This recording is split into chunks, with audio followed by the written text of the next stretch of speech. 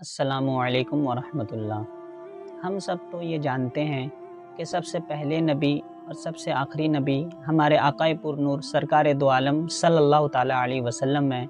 جیسا کہ حدیث شریف ہے، حضور پاک نے ارشاد فرمایا، انا خاتم النبیین، میں آخری نبی ہوں۔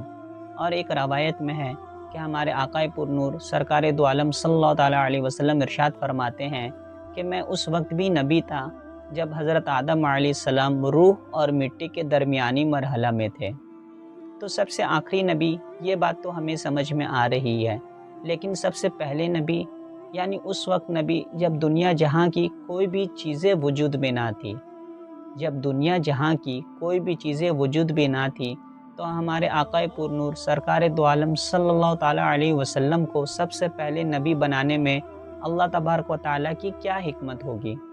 آخر اس کے پیچھے کیا وجہ ہوگی؟ تو آئیے اس ویڈیو کو اور اچھے سے سمجھتے ہیں۔ ایک شخص بازار جاتا ہے اور بازار سے ایک چھوٹا سا گلاب کا پودا لے کر کے آتا ہے اور اس کا خوب اچھے سے خیال رکھتا ہے، اس کو ہر دن پانی سے سیراب کرتا ہے، اس کو دھوپ کی کرنیں دکھاتا ہے، اس کو گرد و غبار سے بچاتا ہے، اور جب وہ پودا بڑا ہو جاتا اور وہ گلاب اپنے شباب کو پہنچ جاتا ہے تو وہ شخص کہتا ہے، دیکھو دیکھو، آج میری وجہ سے یہ گلاب اتنا بڑا ہو گیا، اگر میں نہ ہوتا تو یہ کب کا مرجھا جاتا اور مر جاتا۔ اتنا کہنا تھا کہ ادھر سے سورج کہنے لگ جاتا ہے، نہیں نہیں، بلکہ یہ تو میرے وجہ سے اتنا بڑا ہوا ہے، اگر میں اپنی کرنیں نہ دکھاتا تو یہ کب کا مرجھا جاتا۔ ادھر سے پانی کہنے لگ جاتا ہے، نہیں نہیں، بلکہ یہ تو میرے وجہ سے ابھی زندہ ہے، اگر میں اس کو سیراب نہ کرتا تو یہ تو کب کا مر جاتا۔ ادھر سے گرد و غبار کہنے لگ جاتا ہے، اگر میں چاہتا تو اس کو شروع ہی میں مار دیتا۔ گویا کہ ایک پودا کے بڑے ہونے میں سب اپنا اپنا حق جتانے لگ گئے۔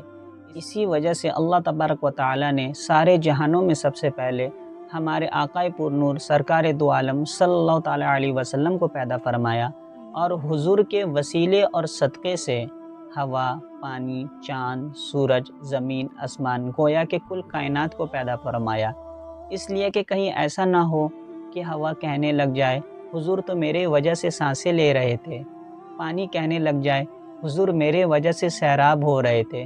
نہیں نہیں، اگر ہوا بھی دنیا میں موجود ہے تو وہ بھی میرے حضور کے وسیلے سے، اگر پانی بھی دنیا میں موجود ہے تو وہ بھی میرے آقا کے وسیلے سے، گویا کہ کائنات کی تمام چیزیں میرے حضور کے وسیلے سے ہے۔ اگر حضور نہ ہوتے تو کائنات کی کوئی بھی چیزیں وجود میں نہ آتی۔ یہ تھی ہماری آج کی ویڈیو۔ اگر آپ کو ہماری یہ ویڈیو پسند آئے تو چینل کو سبسکرائب کریں اور اس ویڈیو کو زیادہ سے زیادہ شیئر کریں تاکہ دین اسلام کی صحیح معلومات لوگوں تک پہنچے۔